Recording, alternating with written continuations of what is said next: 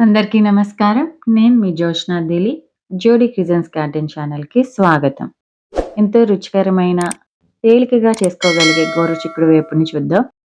గోరుచిక్కుడుకాయలు లేతగా ఉంటే బావుంటుందండి. చిన్న చిన్న ముక్కలుగా కట్ చేసుకొని కుక్కర్‌లో మీడియం ఫ్లేమ్‌లో ఒక విజిల్ వచ్చేంత వరకు ఉడకబెట్టుకోవాలి. 5-7 నిమిషాల సమయం పడుతుంది. మెత్తగా అయ్యేంత వరకు ఉడకబెట్టుకోవాలి. మరీ మెత్తగా ఉడకబెట్టుకోకూడదు. దీని తర్వాత కడాయిలో నూనె తీసుకొని ఎండుమిరపకాయలు, కొద్దిగా ఆవాలు, కొద్దిగా జీలకర్ర, పచ్చిశనగపప్పు వేసుకొని కాసేపు వేగాక వెల్లుల్లి ముద్ద తీసుకోవాలి. దాని పచ్చివాసన పోయేంత వరకు వేయించుకోవాలి. కొద్దిగా కరివేపాకు చిటపటలాడాక అందులో 2 ఉల్లిపాయలు మీకు గ్రేవీని బట్టి నేనిక్కడ 2 ఉల్లిపాయలు తీసుకున్నాను. కొద్దిగా పసుపు, ఉప్పు వేసి ఉల్లిపాయలు మగ్గేంత వరకు ఉడకనివ్వాలి. ఇలా మగ్గిన దానిలో మనం ముందుగా ఉడకపెట్టుకున్న గోరుచిక్కుడుకాయలను వేసుకోవాలి.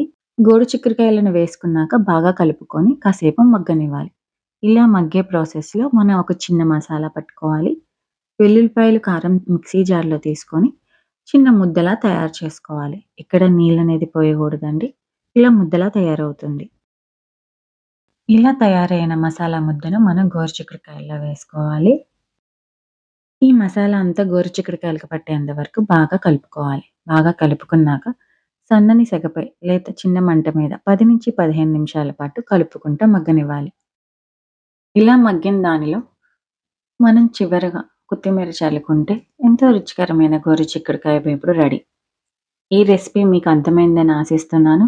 ఈ రెసిపీ గనుక మీకు నచ్చినట్లయితే మీరు తప్పకుండా ట్రై చేసి మీ ఫీడ్‌బ్యాక్‌ని కామెంట్ ద్వారా తెలియచేయండి. ఈ రెసిపీ మీకు నచ్చిందని నేను ఆశిస్తున్నాను. ఇది వేడి వేడి అన్నంలోకి, చపాతీలోకి చాలా టేస్టీగా ఉంటుంది. ఈ తయారీ విధానం మీకు బాగా అర్థమైందని, అలాగే మీ ఇంట్లో కూడా సులభంగా తయారు చేసుకుంటారని ఆశిస్తున్నాను.